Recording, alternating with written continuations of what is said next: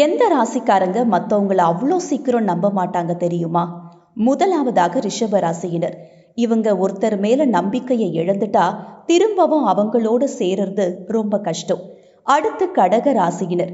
எதுலையும் உணர்ச்சி வசப்படக்கூடிய அவர்கள் மற்றவர்களை நம்புறது ரொம்ப கஷ்டம். பாதுகாப்பா ஃபீல் பண்ணாதான் மற்றவங்கள நம்புவாங்க.